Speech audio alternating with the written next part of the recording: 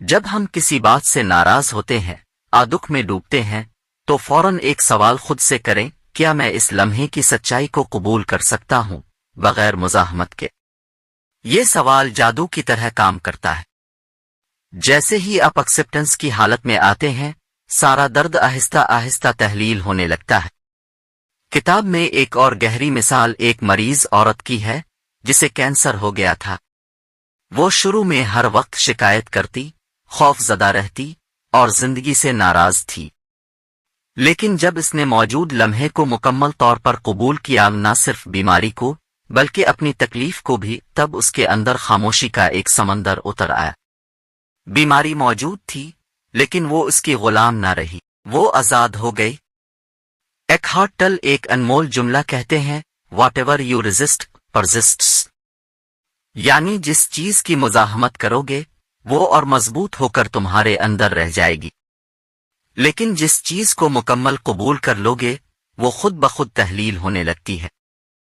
یہ باب ہمیں پھر وہی سوال دیتا ہے، وہی حق جو دل میں بجلی کی طرح چمکتا ہے، کیا اب زندگی سے لڑ رہے ہیں یا زندگی کو گلے لگا رہے ہیں؟ جب ہم لمحے کو جیسا ہے ویسا قبول کر لیتے ہیں تو چاہے وہ خاموشی ہو یا شور، درد ہو یا خوشی، کامیابی ہو یا ناکامی، ہم اس لمحے کے دوست بن جاتے ہیں، دشمن نہیں۔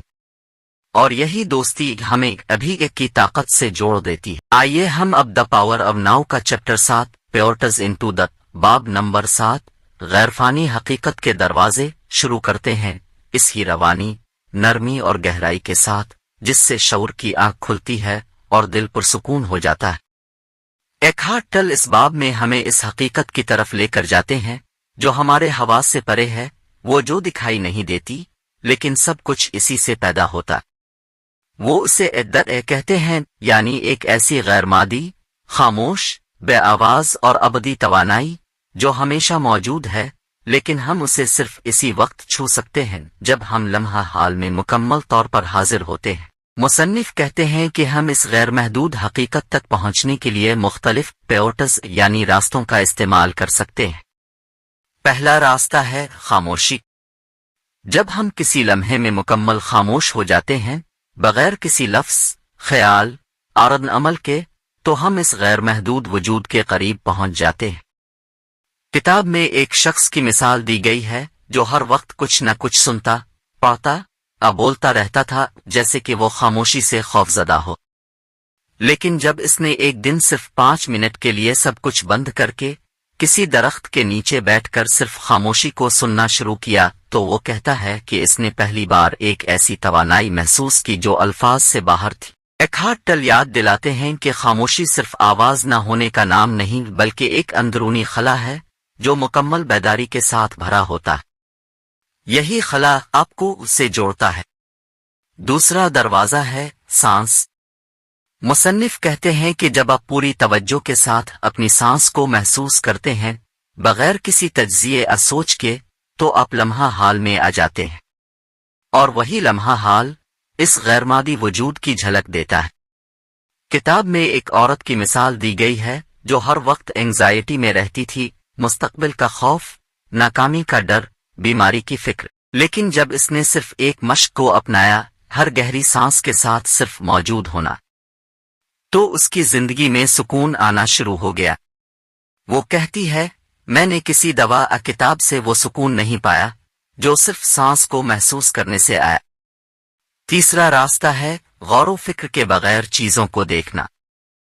جب آپ کسی درخت، پھول، آسمان اپنے ہاتھ کو مکمل توجہ سے دیکھتے ہیں، بغیر نام دیے یا سوچے، تو وہ آبجیکٹ آپ کو کی موجودگی کی طرف لے جاتا ہے، کیونکہ اس لمحے میں آپ خود پیور اویرنس بن جاتے ہیں، یعنی وہی شعور جو ذہن سے آزاد ہے۔ مصنف اس باب میں ایک جملہ بار بار دہراتے ہیں، you are not in the now, you are the now, یعنی آپ لمحہ حال میں نہیں آتے، آپ خود ہی لمحہ حال کی شکل ہیں، لیکن اسے جاننے کے لیے ذہن کو خاموش ہونا ضروری ہے۔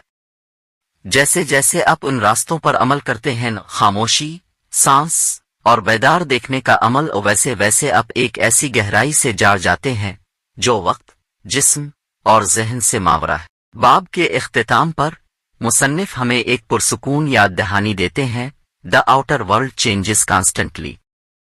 But the formless within you never changes.